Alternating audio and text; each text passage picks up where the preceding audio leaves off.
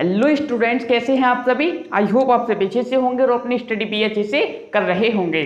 साथियों, हमने पिछले वाले लेक्चर में एक्सरसाइज 4.3 का बेसिक कंसेप्ट क्लियर कर लिया है। उसमें मैंने आपको प्रश्न 1 के सभी भाग भी कराए थे। साथियों, आज से हम स्टार्ट कर रहे हैं क्वेश्चन नंबर 2। और ये जो चैप्टर चल रहा है ये हमारा क्लास 12 का कौन सा चैप्टर चल रहा है? चैप्टर 4, जिसका नाम है डिटरमिनेंट्स, और उसकी प्रश्नावली चल रही है 4.3। ठीक है, आज हम क्वेश्चन नंबर 2 से स्टार्ट करेंगे और आज ये लगभग सारी समाप्त हो जाएगी एक्सरसाइज 4.3। ठीक है, तो क्वेश्चन नंबर 2 करते हैं। क्या है क्वेश्चन नंबर 2 में? दर्शाइए कि बिंदु ए बी प्लस सी और बी सी प्लस ए और सी क्या है? ए प्लस बी है। तो हमें क्या है, ये 3 बिंदु क्या दिए गए हैं? ये हमें संरेख दिए गए हैं। ठीक है, क्या दिए गए हैं? संरेख। ये कितना है? ये ए है और ये कितना है? बी। बी, ठीक है, और ये कितना है? सी। ए बराबर ये है, बी बराबर ये है, सी ए बराबर ये है, और ये तीनों बिंदु क्या दिए गए हैं हमें? ये है संरेख दिए गए हैं। तो साथियों, मैंने आपको पिछली वाली जब इससे पिछले वाला लेक्चर कराया था तो मैंने बेसिक कंसेप्ट में आपको बताया था, यदि हमें कोई 3 बिंदु का संरेख 3 बिंदु संरेख में दी गई होती है तो उसका हमें जो क्षेत्रफल ज्ञात करना होता है वो कितना आता है? 0 आता है, 0 आ जाता है। 3 संरेख बिंदुओं का क्षेत्रफल हमेशा 0 आता है। लेकिन हमें क्या है, यहाँ पर इसे फाइंड करके दिखाना है। ठीक है, तो क्वेश्चन में क्या है, हमें ये दिया गया है कितना? ए बी सी, और हमें त्रिभुज का क्षेत्रफल ज्ञात करना है। तो इसे डिटरमिनेंट फॉर्म में लिख लेते हैं। पहले कितना हो जाएगा? ए बी प्लस सी, और दूसरा क्या है? बी सी प्लस ए, थर्ड क्या है? सी ए प्लस बी, ए प्लस बी, और C3 में क्या लिख लेते हैं? लास्ट में लिख लेते हैं 1 1 1। ठीक है, ये आप सबको पता होगा, मैंने पिछले वाले लेक्चर में आपको अच्छी तरह से कराया हुआ है। तो देखिए, अब हमें क्या 1/2 त्रिभुज का क्षेत्रफल ज्ञात करने हैं, तो 1/2 तो लिखना पड़ेगा। ठीक है, यहां से आप देखिए, हम यहां से देखें तो ये कितना है? ए बी प्लस सी। यदि हम इन दोनों को जोड़ लेते हैं तो यहाँ पर भी ए बी प्लस सी हो जाएगा, यहाँ भी कितना हो जाएगा? ए प्लस बी प्लस सी, और यहाँ भी कितना हो जाएगा? ए प्लस बी प्लस सी। ठीक है, तो क्या लेना? C1 में C1 प्लस C2 का प्रयोग करने पर C1 में C1 प्लस C2 का यूज करेंगे। तो यहां से देखिएगा ये कितना हो जाएगा? A इधर कर लेते हैं 1/2 A plus B plus C हो जाएगा। Clear students? आप देखिए कि ये कितना हो जाएगा? ये हो जाएगा B plus C plus A। ठीक है, और ये योग में है तो किस प्रकार से लिख सकते हैं? A plus B plus C, इस प्रकार से लिख सकते हैं। कोई परेशानी है? कोई परेशानी नहीं है। देखिए A plus B plus C, ऐसे ही थर्ड वाले को लिख लेते हैं A plus B plus C. Clear है यहां तक स्टूडेंट्स? अब देखिए ये कितना? B प्लस सी, और दूसरा कितना? C प्लस ए। इसे एज इट इज लिखेंगे B प्लस सी, क्योंकि हम यूज किस में कर रहे हैं? C1 में ही तो कर रहे हैं। C2 और C3 तो सेम लिखे जाएंगे, C प्लस ए और A प्लस बी, 1 1 1। अब आप यहां से देखिए एक चीज, क्या लिख देते हैं? 1/2 ए प्लस बी प्लस सी इधर भी है, ए प्लस बी प्लस सी इधर भी है, और ए प्लस बी प्लस सी इधर भी है। तो हम क्या करेंगे? तीनों में से तीनों सेम है तो क्या करेंगे? ए प्लस बी प्लस सी को कॉमन ले लेते हैं। क्या? ए प्लस बी प्लस सी को कॉमन ले लिया तो यहाँ कितना बन जाएगा? 1 1 और 1 बन जाएगा। B plus C, C plus A and A plus B, और ये कितना? 1 1 1। अब स्टूडेंट्स आप यहाँ से एक चीज़ देखिए, हम पिछले एक्सरसाइज में कर चुके हैं, पिछले एक्सरसाइज में हम ये चीज़ प्रॉपर्टी देख चुके हैं। यदि 2 पंक्ति या फिर 2 स्तंभ समान होते हैं तो सारणिक का मान क्या आता है? 0 आता है, 0 आता है। पढ़ चुके हैं ना? यदि 2 पंक्ति या फिर 2 स्तंभों का मान समान हो, देखिए यहाँ पर C1 और C3 में आप देखिए यहाँ भी 1 है और यहाँ भी 1 है, तो यहाँ पर क्या है? C1 किसके इक्वल है? C3 के इक्वल है। तो जब 2 पंक्ति या फिर 2 स्तंभ समान होते हैं तो उस सारणी का मान 0 आता है। तो यहाँ पर आप देख सकते हो त्रिभुज का मान कितना आएगा, त्रिभुज क्षेत्रफल आएगा यानी area of triangle A plus B plus C. Side का मान कितना हो जाएगा जब ये दोनों सेम है, 0 यानी 0 हो जाएगा। अब 0 की मल्टीप्लाई किसी से भी करते हैं तो आंसर यानी एरिया ऑफ ट्राइंगल कितना आता है, 0 आएगा। क्यों, 0 की मल्टीप्लाई आप किसी में भी कर लो, आंसर 0 आना है। ठीक है, तो मैंने आपको बता दिया, यहाँ पर क्या बताया, दर्शाइए कि तीन बिंदु दिए गए हैं उन्हें संरेख। तो हम पहले प्रॉपर्टी पहले लेक्चर में कर चुके हैं कि दिए गए बिंदु अगर संरेख होते हैं तो उनका मान कितना होता है, 0 होता है। लेकिन हमें क्या था, ये फाइंड करके दिखाना था। तो ठीक है, ये हमारा आंसर हो गया, नोट कीजिए। चलिए प्रश्न नंबर 3 करते हैं। तो प्रश्न नंबर 3 क्या है, आप स्क्रीन पर देख सकते हैं कि प्रत्येक में k का मान ज्ञात कीजिए यदि त्रिभुज का क्षेत्रफल 4 वर्ग इकाई है जहां शीर्ष बिंदु निम्नलिखित हैं। तो इसका पहला पार्ट करते हैं। इसमें हमें क्या दिया गया है, इसमें हमें त्रिभुज का क्षेत्रफल दिया गया है, हमें क्या कोई अचर पद ज्ञात करना है, यानी k का मान ज्ञात करना है। k क्या है, यहाँ पर एक अचर पद है, ध्यान देना। ठीक है, तो चलिए करते हैं। कितना हो जाएगा, 1/2। पहले से सारणी फॉर्म में कर लेते हैं, सारणी की फॉर्म में करेंगे। कितना हो जाएगा, k और 0 4 0 और 0 2 1 1 1। यहां से देखिए, जब हम कोई भी अचर पद का त्रिभुज का क्षेत्रफल हमें दिया गया होता है और अचर पद का मान ज्ञात करते हैं, ठीक है, ये अचर पद ही तो है, तो कैसे लिखते हैं, प्लस माइनस कितना दिया गया है, 4 दिया गया है ना वर्ग इकाई, हाँ 4 स्क्वायर यूनिट है। अब आप देखिए यहां से क्या करेंगे, 1/2 है। अब देखिए शून्य की संख्या इसमें अधिक है, तो हम अपनी आसानी के लिए क्या देखते हैं, जब सारणी का मान निकालते हैं तो जिस पंक्तियां जिस स्तंभ में शून्य की संख्या अधिक होती है, आप सबको पता होगा वैसे, तो उसके अनुदित प्रश्न कर लेते हैं। आप देखिए C2 में शून्य की संख्या अधिक है, तो हम क्या करते हैं, C2 के अनुदिश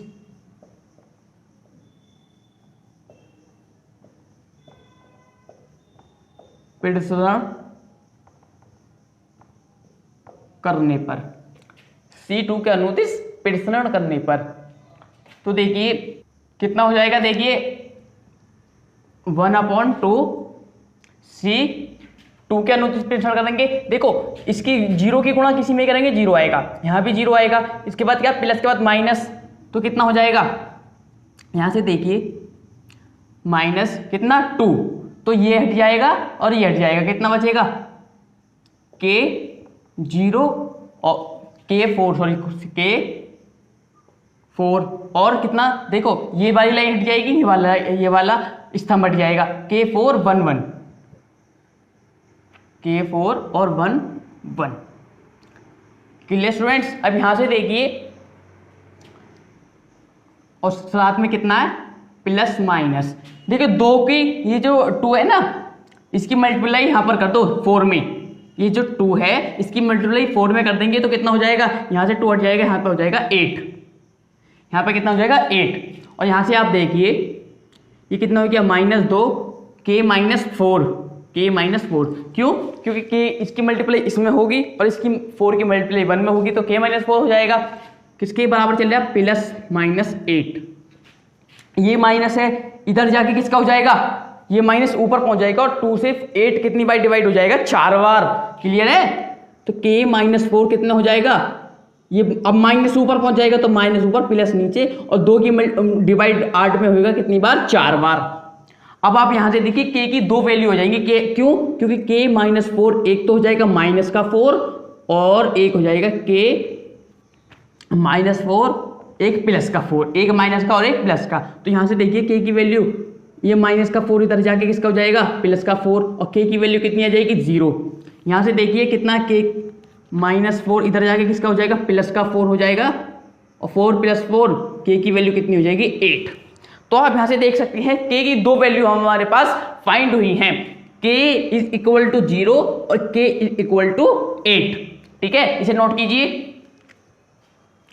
K = 0 K 8, ये प्रश्न नंबर 3 का फर्स्ट पार्ट है। और सेकंड है कि -2 0 0 4 और कितना 0 K, तो यहाँ पर क्या है, बिल्कुल सेम यही क्वेश्चन है, ठीक है। आपको हर लेक्चर में आप सबको पता होगा, मैं एक क्वेश्चन आपको होमवर्क के लिए देता हूँ, क्यों? क्योंकि आपकी प्रैक्टिस रेगुलर निरंतर चलती रहे, क्योंकि मैथमेटिक्स में आप सभी को पता है, आप मैथमेटिक्स वाले स्टूडेंट्स हैं और 12th क्लास में आ गए हैं, तो क्योंकि मैथ की कितनी ज़्यादा रिक्वायरमेंट है प्रैक्टिस के लिए, ठीक है। प्रैक्टिस की सबसे ज़्यादा रिक्वायरमेंट है किसके लिए? मैथमेटिक्स के लिए। तो हम क्या करेंगे, आपको एक क्वेश्चन इसका थर्ड का सेकंड पार्ट होमवर्क के लिए देता हूं, ठीक है। चलिए प्रश्न नंबर 4 करते हैं। तो प्रश्न नंबर 4 में क्या है, सारणिकों का प्रयोग करके 1, 2 और 3, 6 को मिलाने वाली रेखा का समीकरण ज्ञात कीजिए। इक्वेशन फाइंड करनी है इस क्वेश्चन में हमें।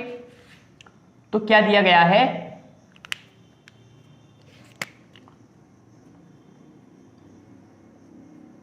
सॉल्यूशन करें। तो देखिए दो हमें शीर्ष बिंदु दिए गए हैं, कौन कौन से? 1 और 2, 1 और 2, ठीक है। तो हम मान लेते हैं ये 1, 2 और दूसरा कितना 3 और 6, ये दो बिंदु दिए गए हैं। इन दो बिंदुओं को मिलाने वाली जो रेखा है उसमें हम एक बिंदु मान लेते हैं, क्या? x और y, ठीक है। इसे मान लेते थे a, इसे b और इसे c। अब आप देख सकते हैं ये a b c क्या है, एक संरेख है, सीधी रेखा में है। तो हम जानते हैं कि जब 3 संरेख शीर्ष बिंदु होते हैं तो उनका जो क्षेत्रफल आता है वो कितना आता है? 0 आता है। कितना आता है? 0 आता है। ये आप माइंड में लर्न रखना, ठीक है, याद रखना आप, ये यूज होगा आगे।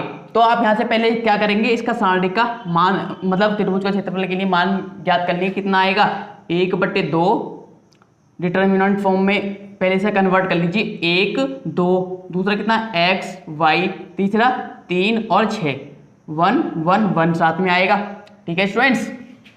यहां से आप देखें त्रिभुज का क्षेत्रफल कितना हो जाएगा, एक, यहां से आप एक चीज कर लीजिए, किसी के भी अनुदिश परिसरण कर लीजिए तो आपका क्षेत्रफल में इक्वेशन फाइंड हो जाएगी। कैसे? देखिए यहां से हम देखें C1 के कर लेते हैं, C1 के अनुदिश परिसरण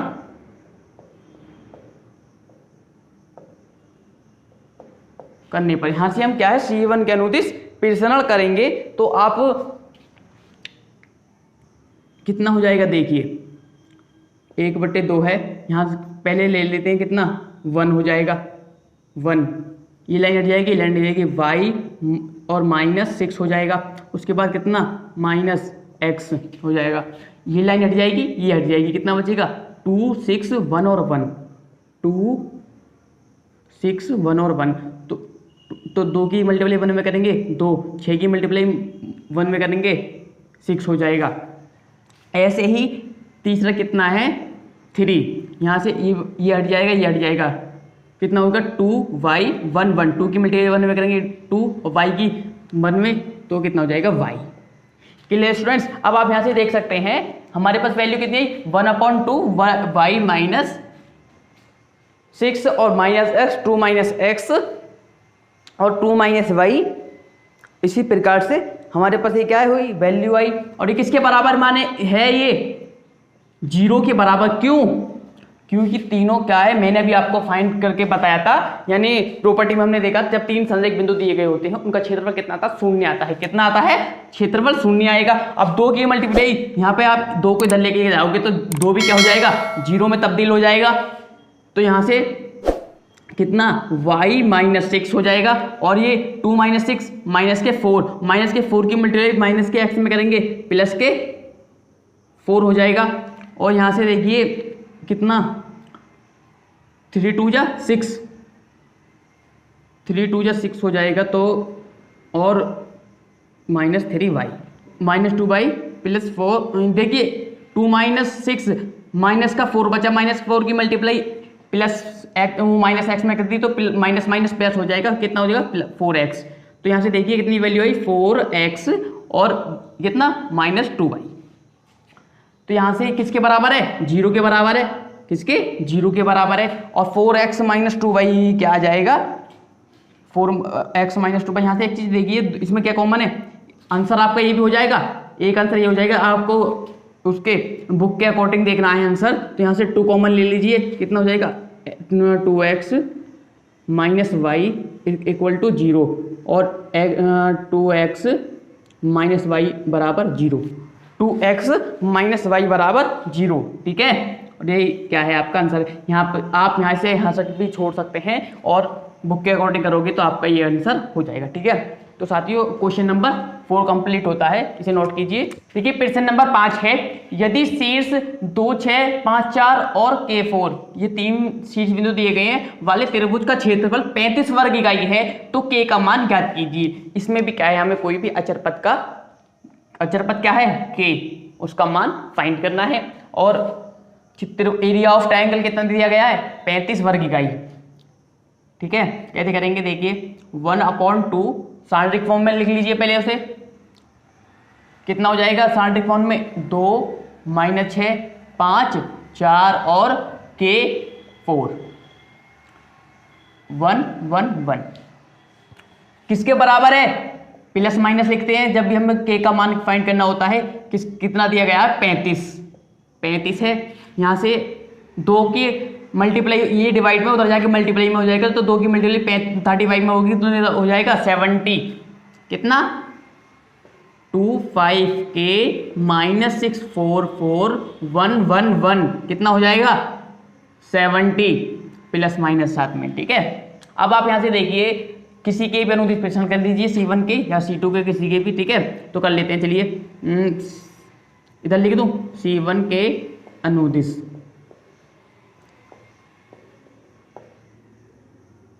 प्रसरण करने पर C1 के अनुदिश क्या करेंगे, प्रसरण करेंगे। तो आप यहां से देखिए कितना है 2, तो ये हट जाएगा, ये हट जाएगा, 4 की मल्टीप्लाई 1 में होगी, इतना होगा 4 और 4 - 4 हो जाएगा, ठीक है। उसी हिसाब से आप देखिए फिर क्या है -5, इससे हट जाएगा, ये हट जाएगा, -6 और -6 की मल्टीप्लाई 1 में होगी, -6 हो जाएगा। देखिए ये हट जाएगा और ये हट जाएगा, तो ये तो नहीं होगा, -6 थोड़ी होगा, क्यों, क्योंकि देखिए ये हमने क्या लिया है -5 लिया है, तो ये लाइन हट जाएगी, लाइन हट जाएगी, हाँ -6 तो होगा, -6 की 1 में होगी -6 और 4 की 1 में होगी 4। अब आप यहाँ से आप देख सकते हैं की वैल्यू कितनी होगी, ये लाइन हट जाएगी, ये लाइन हट जाएगी, -6 और -4, ये भी सेम है। यहाँ से देखिए 4 - 4 0 हो जाएगा, साथ में कितने प्लस माइनस 70, ये तो 0 हो जाएगा। अब बचा ये, तो -6 और -4 10 हो गए, 10 की मल्टीप्लाई 5 में कर दी, कितना हो जाएगा 50, प्लस के 50 हो जाएगा, क्योंकि यहाँ भी माइनस है और माइनस माइनस क्या हो जाएंगे प्लस हो जाएंगे, क्यों 6 और 4 10 हो गए, किसके -10 की -5 में मल्टीप्लाई करेंगे, प्लस के 50 हो जाएगा, और ये कितना है प्लस का के, तो ये भी कितना 10 के -10 के प्लस -70। अब यहाँ से 2 वैल्यू आपकी फाइंड होंगी, क्यों देखिए ये क्या है, एक प्लस की एक माइनस की, तो पहले इधर लिख लेते हैं प्लस 50 - 10 के बराबर किसके लिख लेते हैं 70, कितना हो जाएगा -10 के 70, 50 को इधर भेजा है तो माइनस का 50 हो जाएगा, और यहाँ से देखिए -10 के किसके बराबर 70 में से 50 जाएंगे 20 बचेंगे, और के की वैल्यू कितनी हो जाएगी 10 से डिवाइड होगा 2 बार, और वो भी किसका माइनस का, के की वैल्यू कितनी आई -2, और दूसरी किसकी लेंगे 50 - 10 के, प्लस की वैल्यू ले ली, अब लेंगे प्लस माइनस वाली कितनी माइनस के 70, तो यहाँ से देखिए -10 के ये माइनस का 70 और माइनस का 50, क्योंकि प्लस वाला इधर जाके माइनस का हो जाएगा ना, तो माइनस अब यहाँ से देखिए 10 के किसके बराबर आ गया 7 5 12 120, माइनस का 120, और यहाँ से आप देख सकते हैं ये माइनस की है, के की वैल्यू कितनी हो जाएगी, माइनस से माइनस कैंसिल हो जाएगा ना, तो 120 डिवाइडेड बाई 10 कितने बार 12 बार। तो आप यहाँ से देख सकते हैं प्लस के 12 और माइनस के 2 कौन से ऑप्शन में, प्लस के 12 और माइनस के 2, डी प्लस के 12 और माइनस के 2, तो यहाँ से आप लिख लेना इधर, अतः विकल्प डी सही है। Clear students, option D is right answer. तो साथियों आज क्वेश्चन नंबर, इसमें एक्सरसाइज में 5 ही क्वेश्चन थे जो हमने कंप्लीट कर लिए हैं। एग्जाम्पल वगैरह जो वाक्य हैं वो तो आप कर लोगे बुक में से, तो हम एक्सरसाइज कराते हैं, आप सबको पता होगा। तो आज आपकी 4.3 एक्सरसाइज कंप्लीट होती है। कल नेक्स्ट क्लास से, कल से हम लेक्चर स्टार्ट करेंगे कौन सा, एक्सरसाइज 4.2 प्रश्नावली 4.4। ठीक है, तो साथियों वीडियो पसंद है तो वीडियो को लाइक कीजिए, शेयर कीजिए। यदि आप चैनल पर नए हैं तो सब्सक्राइब करके घंटी बजाना बिल्कुल भी मत भूलिए, और ज़्यादा से ज़्यादा अपने दोस्तों के साथ शेयर करने की कोशिश कीजिए। क्यों? क्योंकि आप जैसे ही दूसरों की भला करोगे तो आप सभी को पता है ऊपर वाला आपको भी भला करता है। तो साथियों मिलता है नेक्स्ट वीडियो में, तब तक के लिए गुड बाय।